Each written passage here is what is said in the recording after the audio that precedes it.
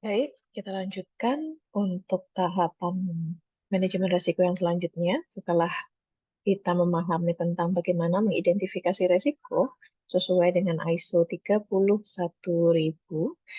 kita sudah memasuki tahap menganalisis risiko. Jadi sesuai dengan urutan dari risk assessment di ISO 31000, yang pertama adalah identifikasi risiko, kemudian dilanjutkan dengan proses analisis risiko, kemudian nanti akan diakhiri dengan proses evaluasi risiko sebelum kemudian melakukan penentuan proses tindak lanjut yang dibutuhkan.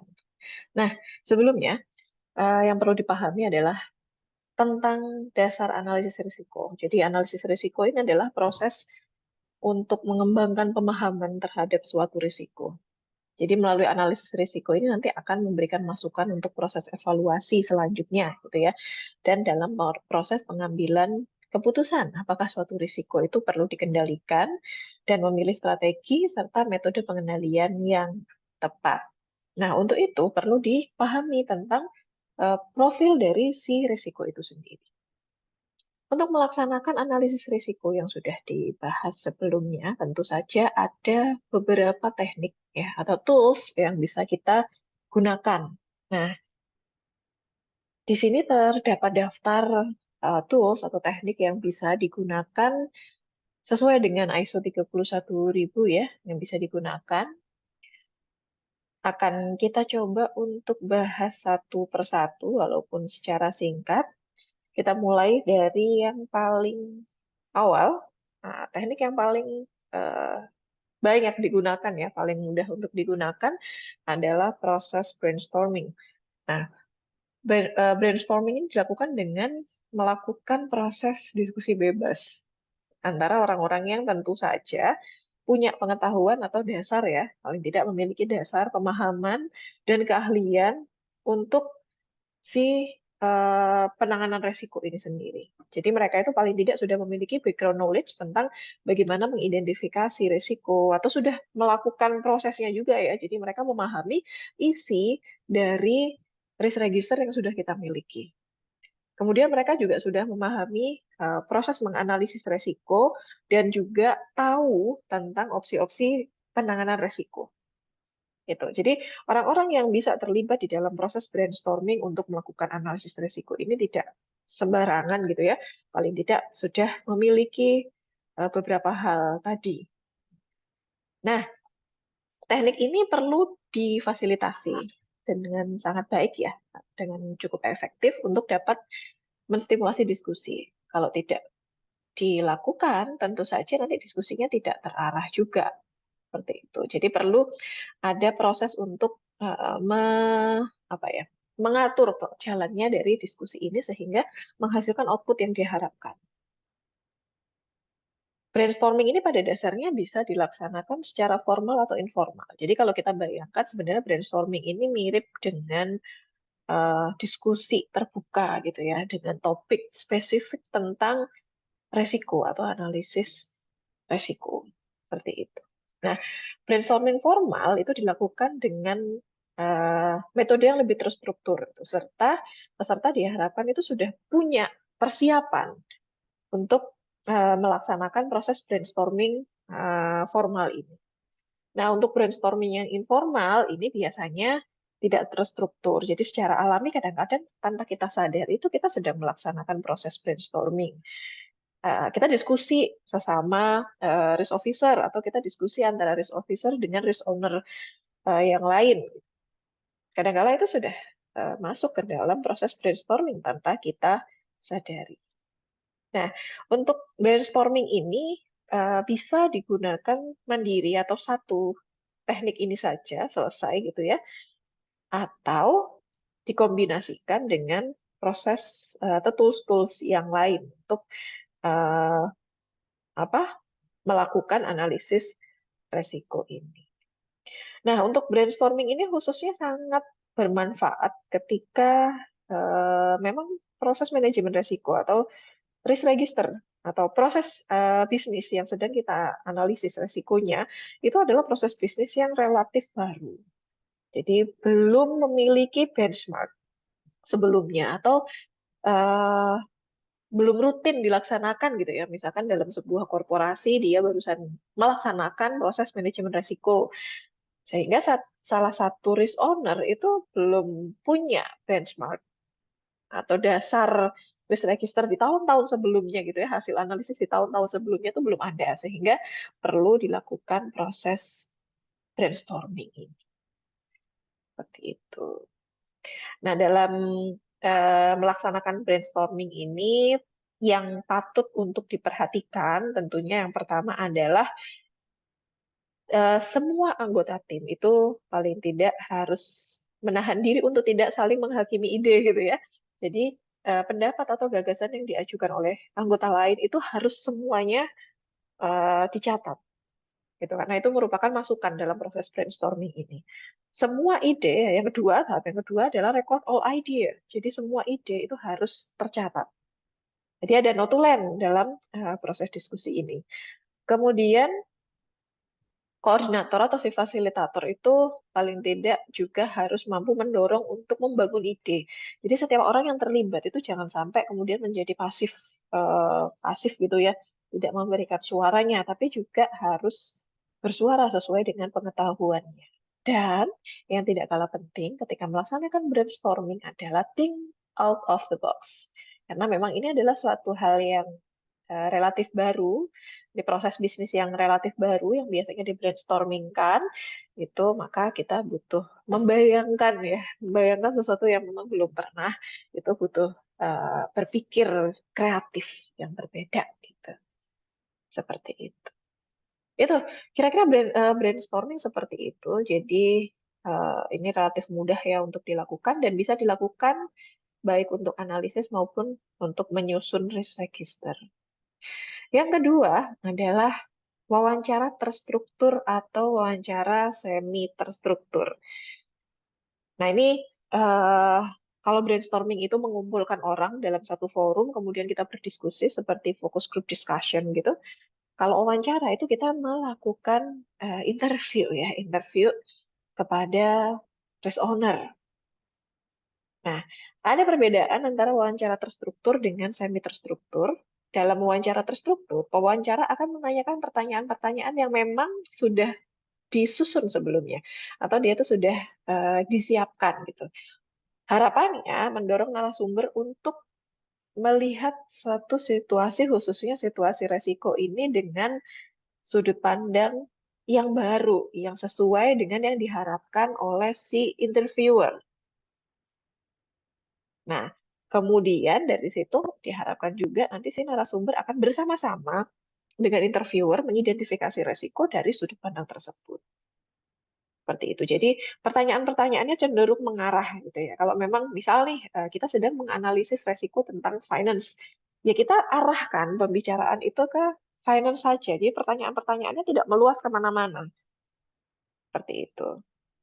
Nah, untuk wawancara semi terstruktur, ini juga hampir sama, namun dapat melibatkan diskusi lebih luas. Jadi mungkin bisa berbicara lebih dari topik gitu.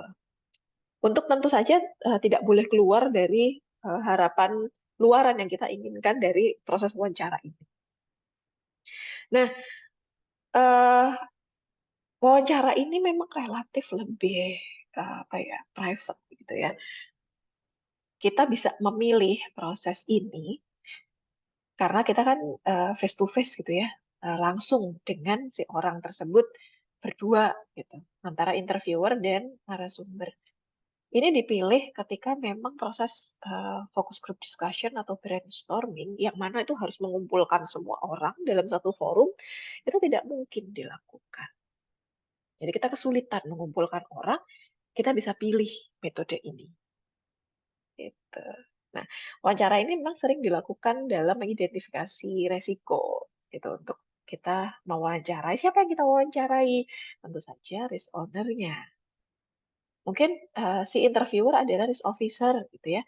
Kemudian dia akan menginterview risk owner atau orang yang memang benar-benar terlibat dalam proses pekerjaan tersebut. Walaupun memang risk officer itu juga harus tahu. Atau juga dia menjadi bagian dari risk owner. Tapi kita butuh narasumber yang memang benar-benar bersinggungan langsung dengan proses bisnis tersebut. Dengan demikian, hasil interviewnya akan lebih bisa dipertanggungjawabkan. Nah, untuk mempermudah proses wawancara yang perlu dipersiapkan, antara lain mempersiapkan daftar pertanyaan agar si interviewer itu memiliki batasan-batasan ketika akan mendiskusikan suatu materi dengan narasumber. Ini khususnya untuk semi-structure interview ya, seperti itu. Kemudian ketika mengajukan pertanyaan yang telah disiapkan kepada narasumber, itu pertanyaannya sebisa mungkin akan lebih baik kalau bersifat terbuka. Dengan demikian akan memungkinkan adanya elaborasi pendapat dari si narasumber. Jadi bukan hanya sekedar yes or no question, gitu. True or false question, bukan hanya semacam itu, tapi pertanyaan terbuka. Diawali dengan bagaimana, apa, berapa lama, berapa banyak, gitu ya, melalui pertanyaan-pertanyaan. Dan jawaban yang diberikan oleh si narasumber itu juga harus diterima secara fleksibel oleh si pewawancara, agar pewawancara juga dapat mengeksplorasi lebih dalam gitu. Kadang-kala satu pertanyaan itu akan menimbulkan banyak sekali turunan yang bisa memberikan hasil atau jawaban yang sangat membantu ketika kita melakukan proses evaluasi atau bahkan ketika kita sedang mengidentifikasi resiko. Itu. Nah, misalkan beberapa pertanyaan yang sering ditanyakan ketika wawancara manajemen resiko seperti dalam usaha pencapaian target, kira-kira pekerjaan saudara atau tugas saudara apakah mengalami hambatan? Nah, itu kan sudah mengarah kepada sebuah resiko ya. Apakah ada hambatan yang saudara alami? Nah, dia akan menjelaskan ada. Kemudian dilanjutkan apa hambatan yang saudara alami? Kemudian nanti dia akan menceritakan. Jadi pertanyaannya model terbuka seperti itu. Dilanjutkan dengan bagaimana saudara mengatasi gitu, mengatasi hambatan atau kendala tersebut. Apa yang saudara lakukan? Kemudian siapa sih atau bagian mana atau fungsi apa sih yang sebenarnya paling bertanggung jawab dalam hal tersebut? Mungkin kemudian dilanjutkan dengan upaya preventif apa yang mungkin sudah dilakukan. Ada ide nggak untuk selanjutnya harus gimana sih ketika memang upaya preventif tersebut kurang optimal, nah, semacam itu. Itu adalah pertanyaan-pertanyaan yang menggiring dalam bentuk interview. Kemudian yang selanjutnya adalah Delphi teknik atau teknik Delphi. Kalau dilihat dari gambar ini sebenarnya mirip juga dengan interview, hanya saja ada proses konfirmasi di sini. Jadi teknik Delphi ini memiliki tujuan untuk mendapatkan konsensus pendapat gitu. Jadi yang berbeda dengan FGD atau brainstorming, kemudian interview dengan Delphi teknik adalah konsensus ini. Jadi misal dalam satu bagian sebagai risk owner terdapat lebih dari satu pakar atau satu expert judgment. Orang-orang yang dianggap mampu memberikan pendapat tentang analisis resiko. Nah, di dalam Delphi teknik ini, yang diharapkan adalah seluruh pakar itu nanti akan konsensus mendapatkan satu pendapat yang walaupun tidak sama persis, tapi mirip gitu. Bisa kita simpulkan seperti itu. Nah, perbedaan utama Delphi teknik dengan brainstorming ini adalah setiap pakar bisa memberikan opininya secara individu. Dan tentunya mungkin dia memilih anonim itu bisa. Karena ini akan tidak akan mempengaruhi hasil. Gitu. Tapi ketika dia memberikan pendapat, si pakar ini boleh melihat pendapat pakar yang lain sebagai bahan pertimbangan dari pendapatnya dia.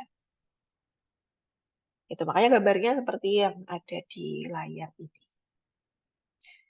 Jadi satu pakar gitu ya, kemudian dia bisa menghasilkan lebih dari satu, dan ini nanti akan dikumpulkan gitu untuk menghasilkan satu hasil discussion yang kita harapkan.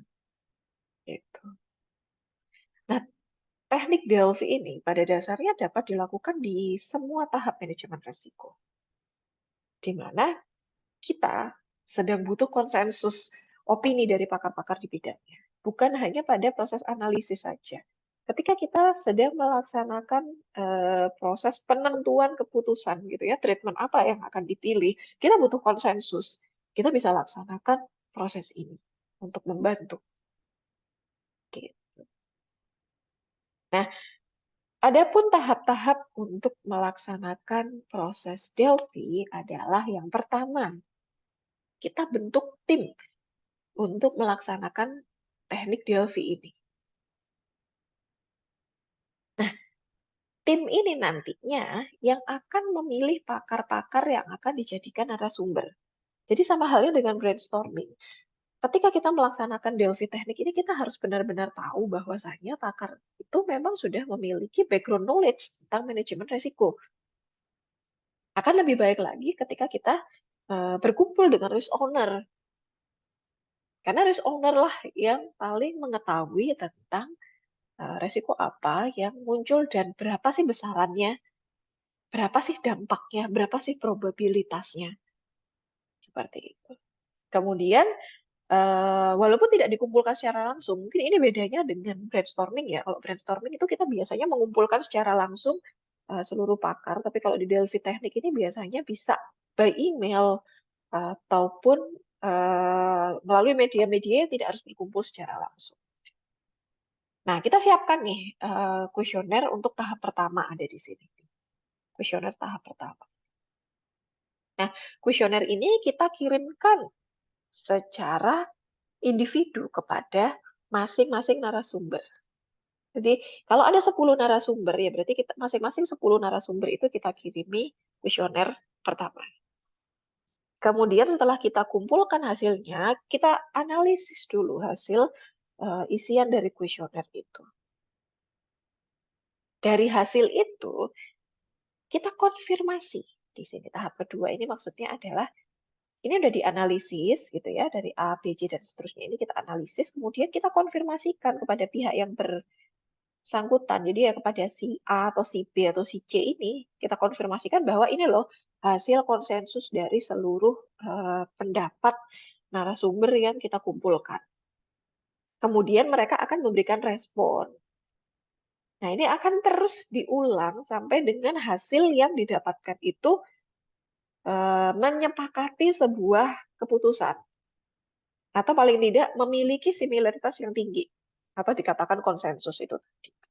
Seperti itu Delphi Teknik. Jadi memang agak panjang prosesnya apabila si pakar atau narasumber kita itu tidak memiliki pemahaman yang sama. Jadi ada kalanya di Delphi Teknik ini memang di awal kita briefing dulu kondisinya gitu sehingga mereka memiliki gambaran yang sama tentang kondisi yang akan kita diskusikan. Nah, kalau kita diskusinya dengan risk owner, tentunya risk owner sudah memiliki gambaran yang seragam. Jadi Delphi teknik yang akan kita lakukan pun tidak akan terlalu panjang. Seperti itu. Nah, ini akan diakhiri dengan final report. Ini final report inilah yang akan membantu kita membuat profil risiko. Berapakah severity-nya, berapakah probabilitasnya, kemudian nanti akan menjadi bagaimanakah status resiko tersebut. Gitu. Itu untuk Delphi teknik. Nah, kelebihan dari teknik ini adalah memungkinkan pendapat yang nggak populer gitu ya, yang tidak populer itu muncul. Karena pembelian pendapat dilakukan secara anonim, sehingga mereka bebas, tidak perlu takut dengan reputasi atau semacamnya. Jadi ini bisa mencegah pihak tertentu untuk mendominasi pendapat yang muncul. Gitu. Nah, ketika sudah terbentuk konsensus, seluruh responden atau narasumber akan merasa memiliki pendapat tersebut karena sudah dikonfirmasi secara berulang. Nah, kelemahannya butuh waktu. Butuh waktu, butuh tenaga, serta ini juga menuntut narasumber untuk dapat mengungkapkan pendapat dengan tertulis yang baik. Nah, itu kelemahannya. Tidak semua orang bisa menuliskan pendapatnya, kadang seperti itu. Begitu, itu kelebihan dan kelemahan dari Delphi Teknik. Kita lanjut ke checklist. Ini adalah tools yang selanjutnya yang bisa digunakan. Nah, kalau checklist ini seperti namanya, ini adalah daftar bahaya gitu ya, daftar bahaya, resiko atau kegagalan yang dibuat berdasarkan pengalaman baik melalui penilaian risiko terdahulu atau informasi historical. Nah, checklist dapat digunakan untuk melakukan proses identifikasi resiko atau juga untuk melakukan penilaian terhadap efektivitas pengendalian resiko. Dengan checklist ini juga digunakan untuk atau bermanfaat untuk memeriksa apakah semua aspek telah tercakup setelah tahapan-tahapan mungkin ada teknik-teknik lain yang menjadi pendahulu. Jadi sometimes checklist ini menjadi sebuah teknik pelengkap gitu ya, tools pelengkap untuk mengkonfirmasi. Lebih ke situ sebenarnya untuk checklist. Kemudian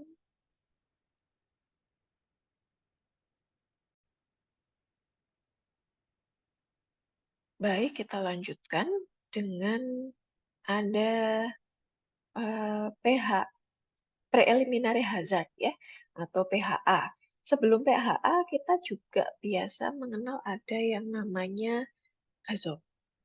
Nah, kita bahas uh, singkat tentang PHA ini ya. Jadi PHA ini memanfaatkan worksheet, akan ada worksheet yang digunakan dalam untuk preliminary hazard analysis ini. Jadi ketika kita mau melaksanakan preliminary hazard analysis ini, kita perlu tahu detail tentang activity atau sistem yang akan kita analisis. Sebenarnya hampir sama, semua proses analisis pun juga seperti itu, membutuhkan detail bagian yang akan dianalisis. Demikian halnya dengan PHA ini. Nah, PHA ini biasanya dilaksanakan pendahulu ya. Jadi dia mengidentifikasi hazard yang terlihat atau bahaya yang terlihat atau resiko yang terlihat. Kemudian kita coba untuk melakukan assessing severity atau potensial accident-nya. Tuh. Kemudian bagaimana cara melakukan treatmentnya. Hampir sama sebenarnya dengan metode-metode yang lain. Dan ketika kita menentukan potensial hazard ini pun, kita bisa menggunakan metode-metode sebelumnya. Misalkan kita gunakan brainstorming, atau kita gunakan interview kepada risk owner untuk menentukan hazard, potensial accident atau potensial hazard ini. Seperti itu. Singkatnya begitu. Kemudian ada HAZOP atau Hazard and Operability. Nah, studi HAZOP ini adalah pemeriksaan terstruktur terhadap sebuah produk, proses, atau juga sistem atau prosedur gitu ya yang sudah ada ataupun yang sedang direncanakan. Jadi bisa yang sudah berjalan atau yang masih dalam tahap perencanaan. Jadi belum berjalan bahkan belum dieksekusi gitu ya. Seperti itu. Teknik ini digunakan untuk mengidentifikasi resiko khususnya terhadap tujuan. Jadi apakah ada yang mengganggu tujuan dari aktivitas tersebut, kemudian personilnya, bagaimana personilnya, kemudian peralatan yang digunakan dalam sistem atau proses tersebut, kemudian lingkungan ya, ataupun organisasi. Jadi objek resiko dalam HAZOP ini bisa macam-macam. Bisa SDM, bisa alat, bisa environment, ataupun secara tata organisasi. Jadi nggak harus ini ya, tidak harus khusus untuk proses alat gitu tidak. Nah, melalui HAZOP ini kita mengharapkan bisa memberikan output berupa penanganan yang sesuai. Karena di sini seperti yang saudara-saudara lihat dalam HAZOP worksheet, ada consequence, ada safeguard-nya, kemudian causesnya. Jadi jelas gitu ya, resiko, penyebabnya apa, dampaknya apa. Kemudian dilanjutkan dengan rekomendasi tindakan yang harus dilakukan. Dan siapakah yang bertanggung jawab terhadap aktivitas tersebut. Gitu. Untuk HAZOP. Nah, kalau untuk studi HAZOP ini relatif kualitatif ya, jadi bersifat kualitatif dan juga dapat dilakukan berdasarkan kata kunci yang mempertanyakan bagaimana suatu tujuan rancangan atau kondisi operasi tidak dapat terpenuhi gitu. Kenapa kok tidak dapat terpenuhi? Apakah ada permasalahan? Nah, permasalahan ini ya nanti teridentifikasi sebagai resiko. Seperti itu untuk HAZOP. Tahapan dalam melaksanakan HAZOP ini ada ya di sini. Yang pertama adalah tentu saja memilih SDM yang memiliki tanggung jawab dan otoritas yang mencukupi untuk mengisi worksheet ini. Biasanya risk owner ya, atau risk officer yang ada di bagian yang sedang dianalisis. Itu. Kemudian, melakukan proses pendefinisian tujuan dan lingkup studi. Jadi, dibatasin. Kita mau menganalisis apa, resiko apa. Kemudian, kita menentukan sekumpulan kata kunci untuk proses studi. Jadi guide word-nya harus ditentukan dulu nih. Misalkan terlambat. Apa nih proses yang terlambat, mengakibatkan keterlambatan, menyebabkan keterlambatan gitu. Atau terlalu banyak, atau terlalu sedikit. Apa yang terlalu sedikit? Oh, ternyata material terlalu sedikit. Kenapa bisa seperti itu? Dan yang lainnya. Gitu ya. Nah, setelah itu, kemudian bentuk tim studi HAZOP. Nah, tim ini umumnya bersifat multidisiplin dan harus mencakup personel dari si risk owner ini. Orang yang memahami desain dari alat, kalau misalkan kita sedang menganalisis alat gitu ya, memahami operasionalnya, kemudian kalau teknis gitu ya berarti dia harus punya kemampuan atau pemahaman tentang operasional teknisnya supaya bisa mengevaluasi simpangan-simpangan yang dapat terjadi dari rancangan gitu. Kalau ini sistem ya berarti orangnya harus paham sistem ini berjalannya seperti apa. Kalau ini alat ya orangnya harus paham bagaimana alat ini berjalan. Atau bahkan kalau bisa ya pernah mengoperasikan, terlibat langsung, itu akan lebih baik. Gitu. Ya. Namun tentu saja dalam proses HAZOP ini kita menghilangkan bias gitu ya. Jadi kita hilangkan pendapat yang bersifat terlalu independen atau terlalu pribadi. Kita harus memastikan bahwa resiko yang teridentifikasi itu bukan hanya teridentifikasi oleh satu orang. Jadi kalau misal ada orang yang memiliki sifat independen gitu ya, dia seringkali melaksanakan prosedur, tidak melaksanakan prosedur atau memiliki prosedurnya sendiri. Nah, itu tidak boleh. Kita hindari orang-orang yang semacam itu. Itu. Seperti itu. Kemudian sebelum melaksanakan HAZOP, tentu saja orang-orang yang akan melaksanakan proses HAZOP ini harus sudah betul-betul memahami tentang bagaimana mengisi worksheet-nya dan juga proses yang akan dianalisis. Nah, biasanya diawali dengan workshop dulu. Jadi penjelasan-penjelasan tentang pengisian itu adalah salah satu tahap dari HAZOP yang tidak boleh dilewati. Jadi nggak asal kemudian kita mengumpulkan, terus habis itu mereka disuruh isi secara mandiri. Tapi sebisa mungkin kalau memang mereka belum pernah, ya diberi workshop atau pelatihan atau pemahaman tentang proses dan juga pengisian. Seperti itu. Gitu. Baik, kemudian lanjut. Ada sebelum ke HACCP, ada HAZIP juga. Studi Hazard Identification. Hazard Identification atau kita singkat menjadi HAZID. Nah, ini hampir sama sih sebenarnya ya. Hazit ini adalah metode yang sama-sama sistematisnya dengan HAZOP dan eh, menurut teori ini bersifat high level yang digunakan untuk mengidentifikasi bahaya yang dapat mengancam pencapaian target atau tujuan suatu, bisa sistem, bisa proyek, alat atau bagian, ya gitu. Nah, kalau untuk hazit ini biasanya dilakukan di fase perancangan. Jadi semacam visibility gitu ya. Nanti output dari si hazit ini apakah memang resikonya itu besar dan bisa ditanggulangi atau tidak. Untuk studi hazit ini bisa mencakup semua aspek proyek ataupun sistem itu tadi. Baik dia permasalahan internal, seperti misal commissioning gitu ya, konstruksi, operasi perawatan, hingga ada faktor eksternal seperti dampak lingkungan, komunitas, masyarakat sekitar, itu bisa diidentifikasi dengan hazit ini.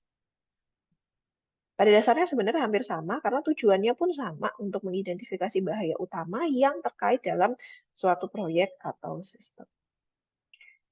Gitu. Oke, kita lanjut ke HACCP, Hazard Analysis and Critical Control Point. Nah, kalau HACCP ini biasanya menjaga keandalan, keamanan produk ya, bukan hanya pangan. Mungkin paling sering memang untuk pangan, tapi kalau secara teori dia tidak hanya digunakan untuk pangan, tapi ini berfokus pada menjaga keandalan dan keamanan suatu produk. Jadi paling gampang ya memang untuk food safety, karena yang membutuhkan kehandalan dan keamanan itu paling eh, sering gitu ya, paling paling membutuhkan ya food safety. Nah, HACCP ini dilakukan dengan analisis terhadap diagram alir proses eh, apa pembuatan gitu ya. Kalau kalau food safety gitu ya berarti proses pembuatan dari si makanan tersebut. Sehingga nanti dari diagram alir itu dianalisis resikonya, diketahui apa sih hal-hal yang bisa mempengaruhi kualitas keamanan dan keandalan si makanan tersebut. Itu HACCP. Nah, kenapa dikatakan sebagai critical point? Tadi kan HACCP adalah Hazard Analysis and Critical Control Point gitu ya. Karena di dalam tahapan-tahapan melaksanakan HACCP ini ada prinsip, ada tujuh prinsip yang patut atau harus untuk diperhatikan. Yang pertama adalah mengidentifikasi hazard, diikuti dengan penanganan hazard terkait. Itu yang dilakukan. Kemudian yang kedua, menentukan titik dalam proses di mana hazard dapat dikendalikan dan dieliminasi atau biasa kita kenal dengan critical control point atau CCP. Nah, ini yang berbeda dengan metode-metode yang lain. Ada critical control point di mana hazard itu masih under control dan bisa kita hilangkan. Batas bawah gitu ya. Kemudian kita juga harus menentukan batas kritis yang diperlukan untuk mengendalikan hazard. Nah, dengan kata lain sebenarnya setiap critical control point itu harus benar-benar beroperasi dalam parameter yang sesuai gitu ya, dan memastikan bahwasanya hazard tersebut pasti dapat dikendalikan. Tuh. Kemudian kita juga harus mengawasi batasan kritisnya atau CCCP ini harus dikontrol setiap interval yang sudah ditentukan. Ya, ini monitoring. Apabila memang terdapat aktivitas yang mengakibatkan melebihi batas kritis yang sudah ditetapkan, maka bagaimana sih verifikasinya? Sehingga perlu treatment apa? Jadi misalkan nih makanan gitu ya, kemudian di situ kan ada batas berapakah TPC untuk E. coli yang diizinkan, bakteri gitu ya. Itu adalah critical point untuk bakteri yang diperbolehkan. Karena sometimes mungkin ya dalam proses makanan, khususnya makanan-makanan yang memang menggunakan bakteri sebagai bahan bakunya ya, fermented process, itu tidak bisa menghilangkan 100% bakteri dari makanan tersebut. Tapi ada critical point-nya yang diperbolehkan. Untuk ketika critical point itu terlampaui, jadi jumlah si E. coli bakteri ini tadi melampaui si CP, maka dia akan menjadi sebuah hazard. Gitu. Jadi sebelum menjadi sebuah hazard di HACCP ini ditentukan dulu berapa sih critical point-nya. Seperti itu. Nah, kelemahan dari HACCP ini adalah perlu dikombinasikan dengan teknik yang lain untuk bisa mengidentifikasi resiko dan pengendaliannya. Jadi ketika hanya critical point-nya saja yang diketahui, itu tidak bisa menyelesaikan masalah. Kita hanya mengetahui threshold-nya aja. Berapa sih threshold ketika dia akan menjadi bahaya? Oh, berarti ini nggak boleh melebihi ini. Tapi kemudian resiko apa yang dimunculkan setelahnya itu kita butuh mendalami dengan menggunakan metode atau tools yang lainnya gitu. Ini ya, ini nggak harus makanan sih sebenarnya, cuma contoh paling gampang ya makanan gitu ya. Misalkan nih untuk ada pekerjaan SFO gitu ya, scraping, folding, overlay, perawatan jalan tol misalkan, itu juga bisa ditentukan critical point. Bahkan critical point-nya bisa lebih dari satu. Kita urutkan dulu pekerjaannya. Apa aja sih pekerjaannya? Nanti pada suatu titik itu akan ada critical point yang harus diperhatikan. Misalkan pada mobilisasi tenaga dan alat. Kenapa kok ini menjadi critical point? Karena ini adalah uh, event atau momen yang paling krusial menentukan kelanjutan dari proses ini. Misalnya seperti itu. Ketika ini terlampaui, jumlah SDM terlampaui, kemudian mobilisasi melebihi waktu atau kurang dari waktu, itu apa dampak yang akan ditimbulkan terhadap tahapan yang selanjutnya? Banyak sekali sebenarnya contoh dari penggunaan HACCP. Jadi tidak hanya pada makanan ya, memang paling gampang memberikan contoh adalah food safety di sini. Oke, kita lanjut ke environmental risk assessment. Nah, ini juga risk assessment, tapi digunakan untuk menilai resiko yang dapat mempengaruhi lingkungan. Nah, dalam hal ini yang didefinisikan sebagai lingkungan itu adalah yang mempengaruhi kondisi tumbuhan, hewan, dan manusia yang diakibatkan oleh paparan bahaya lingkungan. Bahaya lingkungan contohnya pembuangan limbah, limbah apa ya, B3 misal. Pembuangan limbah B3 yang tidak sesuai prosedur, itu kan pasti akan menimbulkan dampak negatif ya. Nah, mempengaruhi kehidupan tumbuhan, hewan, dan manusia yang ada di sekitarnya. Misal tumpahan bensin di jalan tol, itu juga termasuk dampak lingkungan. Tanah longsor, gempa bumi, seperti itu. Itu adalah bahaya-bahaya lingkungan yang patut untuk kita analisis. Nah, metode ini fokus pada analisis bahaya lingkungan dan mencari sumbernya tentunya. Karena bahaya tersebut dapat mempengaruhi suatu populasi. Ya, bisa tumbuhan, hewan, atau manusia. Itu untuk environmental risk assessment. Nah, untuk melaksanakan environmental risk assessment ini kalau di perusahaan biasanya kalau nggak RKL, RPL ya dokumen-dokumen atau izin-izin wajib yang dikeluarkan oleh Kemenelh atau Dinas Lingkungan Hidup setempat itu ya, itu menggunakan metode environmental risk assessment untuk menentukan dampak penting gitu ya, bahayanya seperti itu. begitu.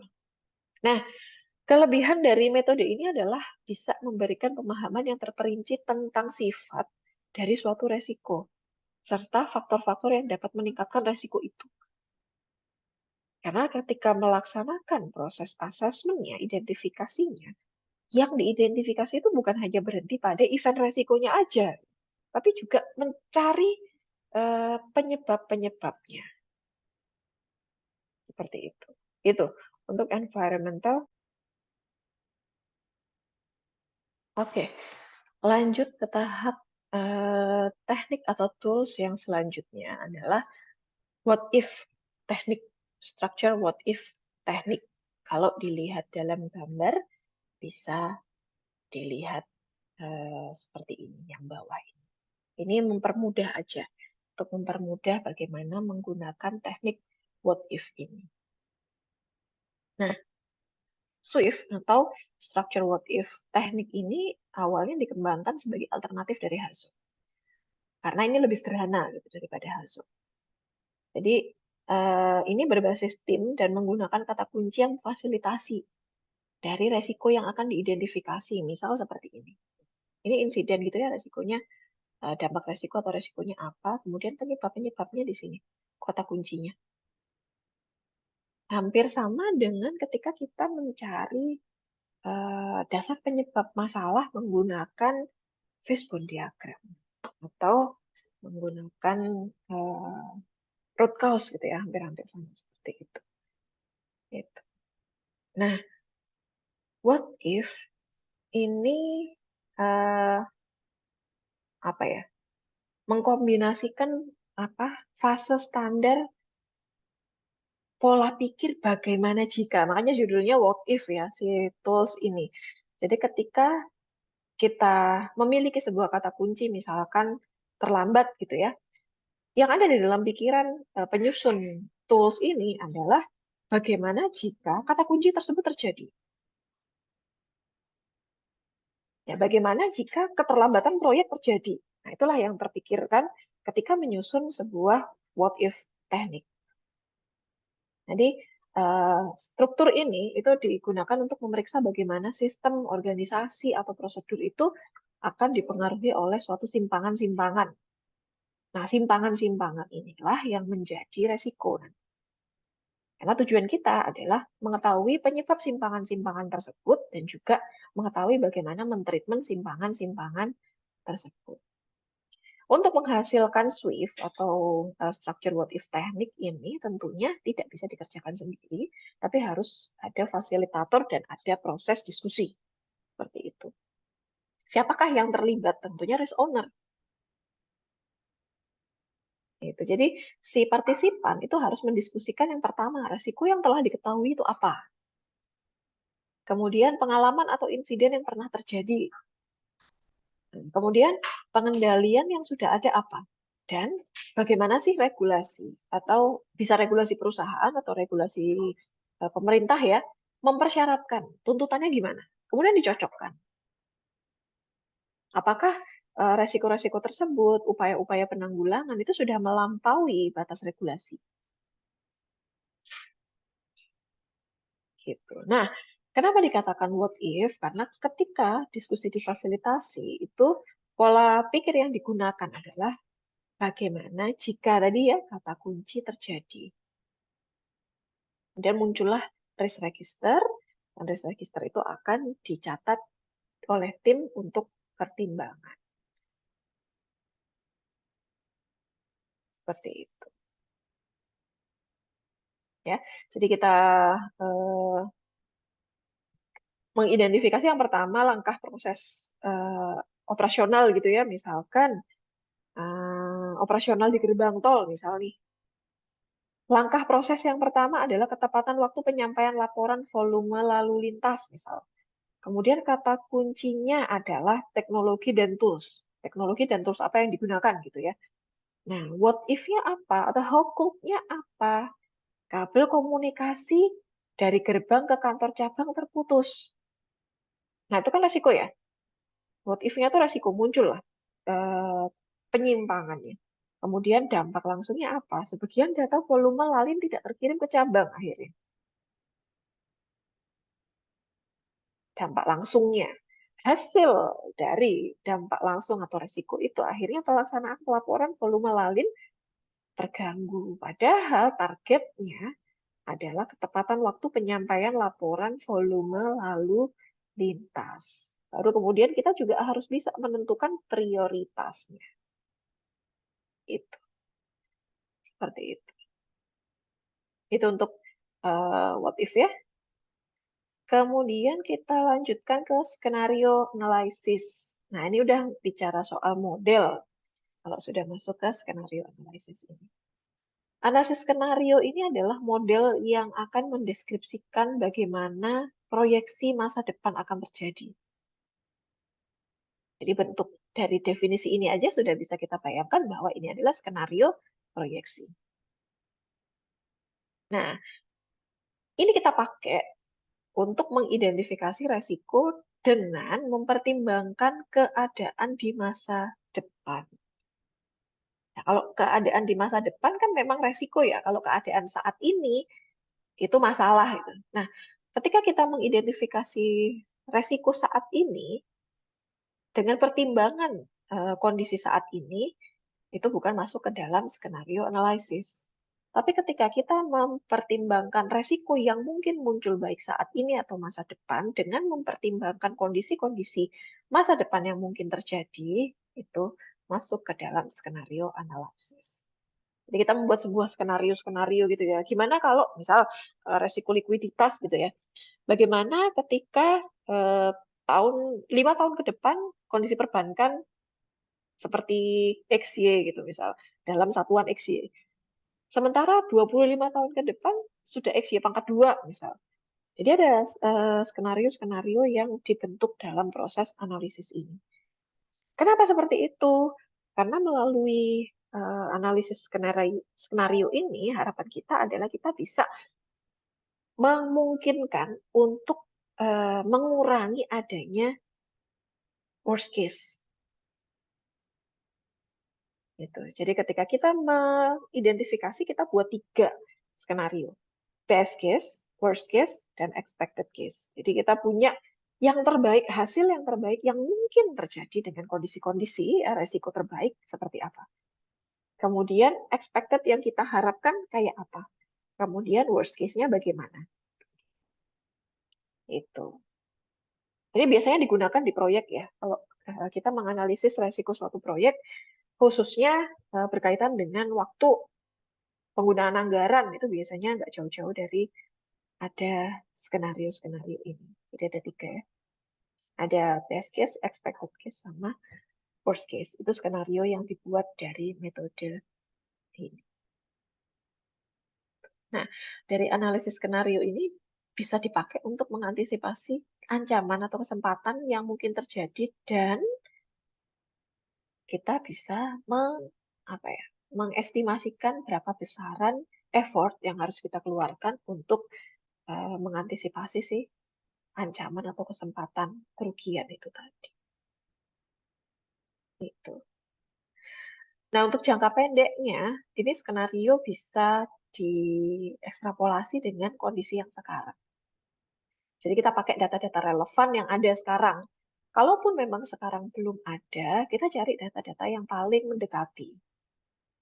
Nah, untuk jangka panjang atau kondisi di mana data tidak tersedia, analisis resiko atau analisis skenario ini harus dilakukan secara imajinatif.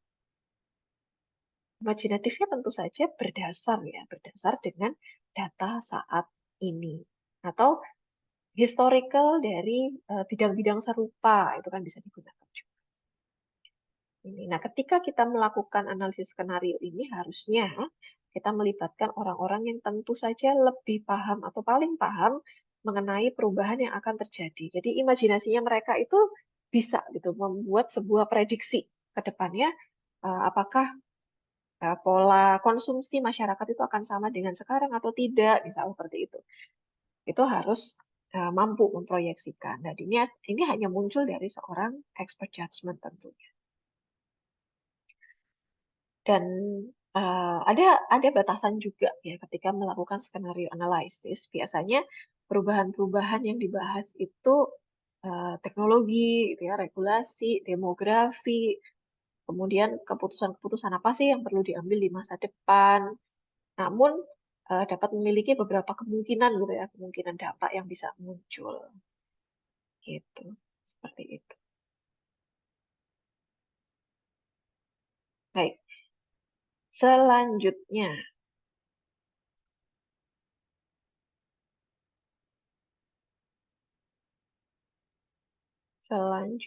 ada yang namanya failure mode effect analysis atau FMEA ya, kita kenal dengan FMEA atau FMEA. Ini hampir sama ya dengan HAZOP.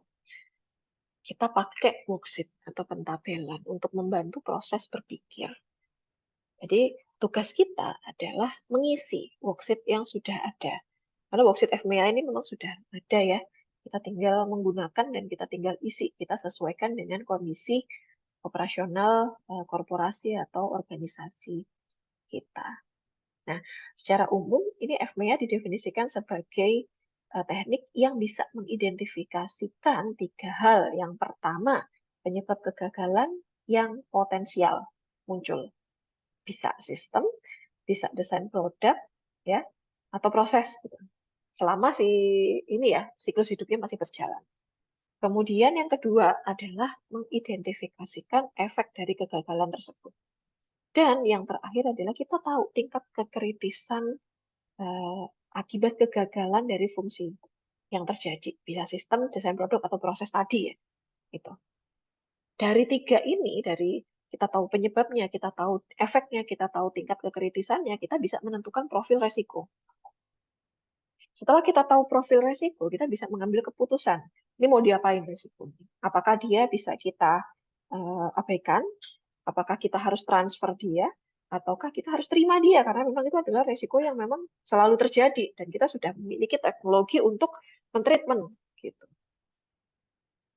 Gitu. Ya, nah, ada 5 tipe sebenarnya dalam FMEA yang biasa diterapkan dalam sebuah industri manufaktur khususnya. Yang pertama adalah FMEA System. Ini berfokus pada sistem secara global gitu ya. Kemudian FMEA untuk desain, ini fokus pada desain produk. Kemudian ada proses, ini berkaitan dengan proses produksi atau assembly ya, perakitan. Kemudian ada FMEA untuk service, ini fokusnya adalah ketercapaian fungsi jasa dan software.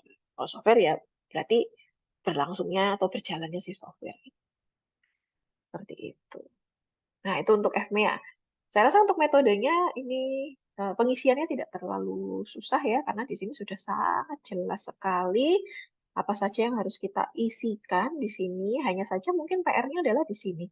Bagaimanakah kita menentukan detection? Nah, di sini kan ada potential cause, kemudian eh, ada yang namanya potential effect ya, besaran failure-nya, kemudian besaran detection-nya. Nah, ini adalah nilai-nilai ini, kemudian ini itu nilai-nilai. Nilainya bagaimana cara mengisinya? Biasanya sudah ada standarnya. Dikatakan tinggi ketika seperti apa, dikatakan rendah ketika seperti apa. Berapakah nilai tinggi? Apakah 10, apakah 5, atau antara 9 sampai 10? Nah, itu sudah ada standar yang disusun oleh masing-masing risk owner biasanya. Seperti itu. Nah, kita tinggal isikan di sini. Kemudian kita berdasarkan hasil perhitungan itu, kita coba membuat recommendation action. Recommendation action tentunya harus yang berbeda dengan apa yang sudah ada. Jadi kan ada yang namanya apa sih?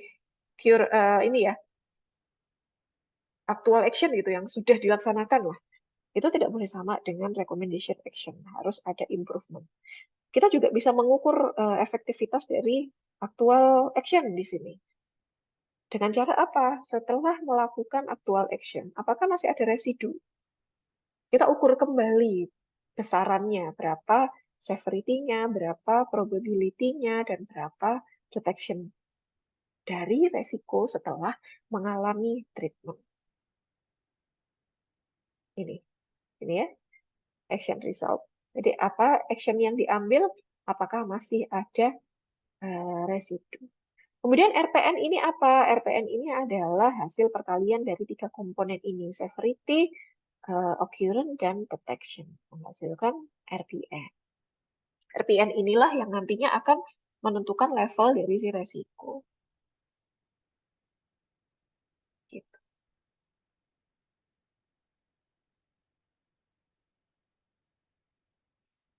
Kemudian selanjutnya, setelah FMEA, kita kenal dengan ada juga fault tree analysis.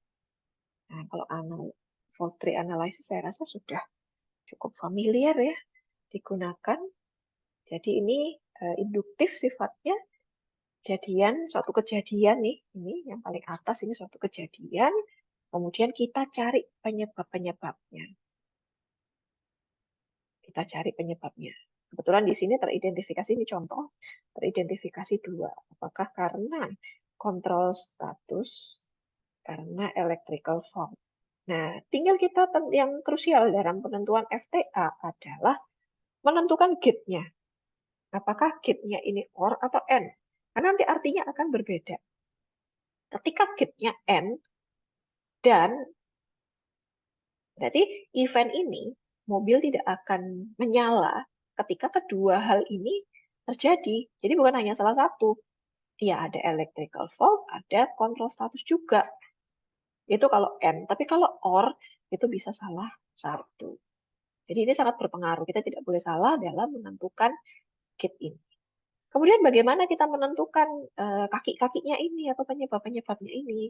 Nah, ini caranya banyak, bisa menggunakan literatur atau bisa juga berdasarkan pengalaman tentunya. Apabila memang kita memiliki background knowledge di bidangnya. Itu untuk fault tree analysis. Kemudian ada event tree analysis. Ya, sama bedanya satu vertikal, satu horizontal gitu aja. Kalau untuk event tree analysis, ini yang dianalisis adalah urutan peristiwa dalam skenario resiko yang mungkin terjadi atau yang potensial.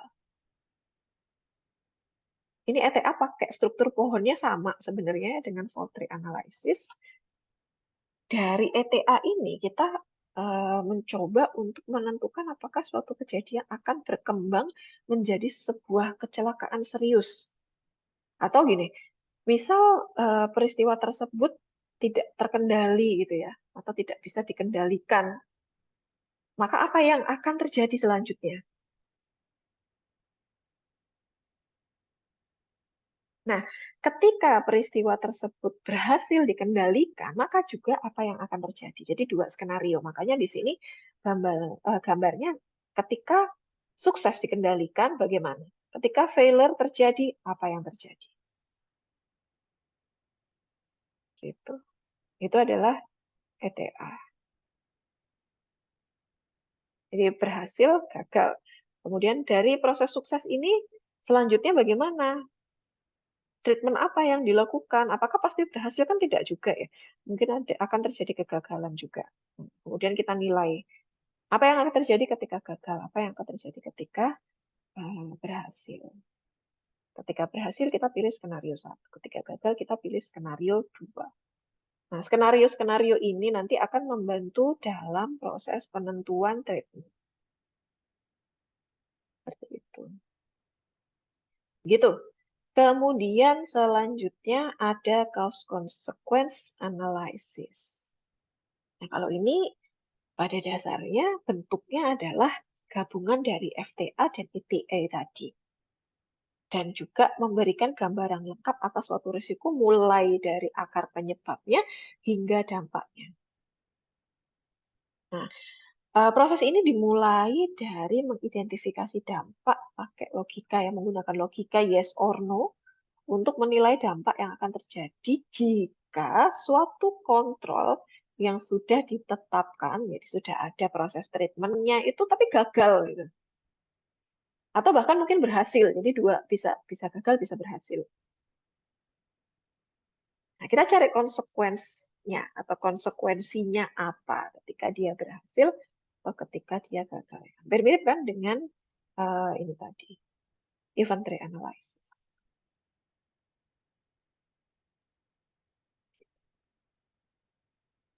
Oke, kemudian selanjutnya ada diagram cause and effect atau biasa kita kenal juga dengan istilah Ishikawa atau fishbone. Ini juga bukan hal yang baru saya rasa untuk diagram ini. Diagram ini diawali dari menentukan resiko atau akibat yang akan dianalisis. Ini. Jadi problemnya apa? Kemudian efek ini ya, ini problem ini atau resiko ini kita tarik ke belakang, kita cari penyebabnya apa. Nah, kalau di sini kaki-kakinya ini adalah kategori penyebab. Nah, kebetulan contohnya ada man, ada machine, tapi tidak harus itu ya, bisa bisa kategori-kategori penyebab yang lain. Cuma yang biasa digunakan memang ini. Material, mesin, method, people, kemudian ada measurement, environment, management, maintenance, dan yang lain. Cuma kalau memang tidak cocok, ini kan kembali lagi ya kita sesuaikan dengan kondisi, resiko, atau kondisi korporasi atau organisasi. Kalau memang tidak ada mesin yang digunakan, ya silakan dihilangkan. Kalau memang tidak ada measurement yang digunakan, ya silakan dihilangkan. Seperti itu. Jadi disesuaikan saja jumlah kategori penyebabnya. Nah, dari kategori penyebab tersebut, maka kita petakan kembali kalau men misal dari SDM, apa sih yang menyebabkan overstress electrical gitu ya, high electrical overstress occurrence. Penyebabnya di sini dari men, lack of training. Oh, ternyata ada, maaf, sebelum lack of training ya, ini ada kaki yang pertama dari SDM. Ternyata ada operator error. Kenapa kok operatornya bisa error? Oh, ternyata si operator ini nggak pernah dikasih training. Kita tarik terus ke belakang gitu ya. Kemudian dia juga nggak punya pengalaman. Apalagi, oh ternyata dia orangnya pemalas, lack of motivation, kayak gitu. Itu akibat satu kaki. Kemudian kaki yang lain, memang teknologinya yang kurang oke ini, inkompeten teknologi atau alatnya. Kenapa kok bisa seperti itu? Maaf, teknisi kok teknologi. Inkompeten teknisinya kurang oke gitu, karena kan kita bicara SDM ya, kita bicara SDM. Kemudian ya sama, mungkin karena dia kurang pengalaman, atau dia nggak pernah training, atau karena dia nggak memahami SOP, semacam itu. Itu jadi kita tarik terus penyebabnya. Kalau memang di sini misal lack of training, kita cari lagi penyebabnya apa gitu. Tentunya tidak boleh keluar dari koridor sumber daya manusia, gitu ya. Seperti itu.